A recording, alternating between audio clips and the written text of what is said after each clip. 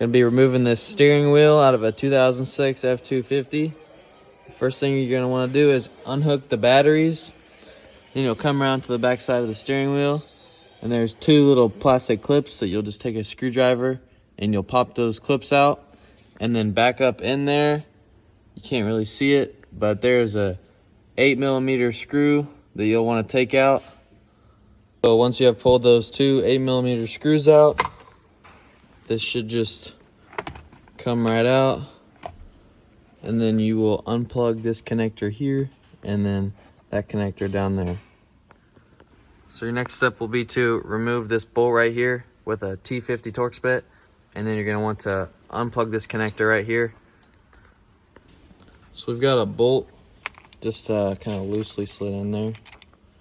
You don't want to damage those threads. And then we're just going to take this little 2-prong puller and we're going to clip it on the inside here where there's a little lip. So then the next step is whenever you remove this this wheel, you'll have to fish some wires through here that go into the clock spring. It's pretty easy to do. And then now, since we're going to use a navigator wheel, we're going to have to swap out these buttons and the wiring harnesses that go along with them. As you can see, those buttons are a little bit different and the connectors are also different. So we're going to swap these harnesses out. So now to remove those buttons, you're going to take a T25 Torx bit and you're going to remove that bolt and the one on the other side. So to remove those buttons, you're just going to want to take some dikes and cut the zip ties that were holding this, and then you're going to want to feed a little bit of that wiring, like that harness steel. You want to feed that through because it's very tight with the zip tied in there.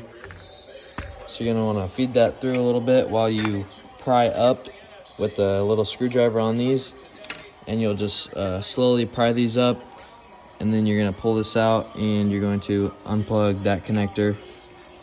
It's a similar thing for both sides. So now we have swapped all of our buttons and our harness over. You're going to want to take pictures of how the harness was laying in there on this wheel, and then just match it up with this. It's kind of formed in the right shape. So you'll just do all that. Then you'll take your little cover deal and you'll put those T25 Torx bits back in there, and then it should be ready to go.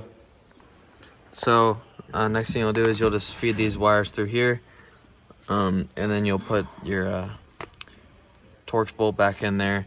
You'll get it tight. You don't want to get it super tight, but you also don't want to leave it loose. Just kind of use good judgment and just get that tightened down, and then yeah, you'll just start plugging in all your connectors. So, and then the last thing you're gonna do is you're just gonna put that in there, and you'll do a connector up top, and then there's a connector at the bottom, and then you'll just put your two bolts in there, and you'll put your little plastic clips in there, and then you should be good to go. You might consider buying a matching horn assembly. I didn't really think about that, but so the colors don't really match up super well, but it'll be close enough.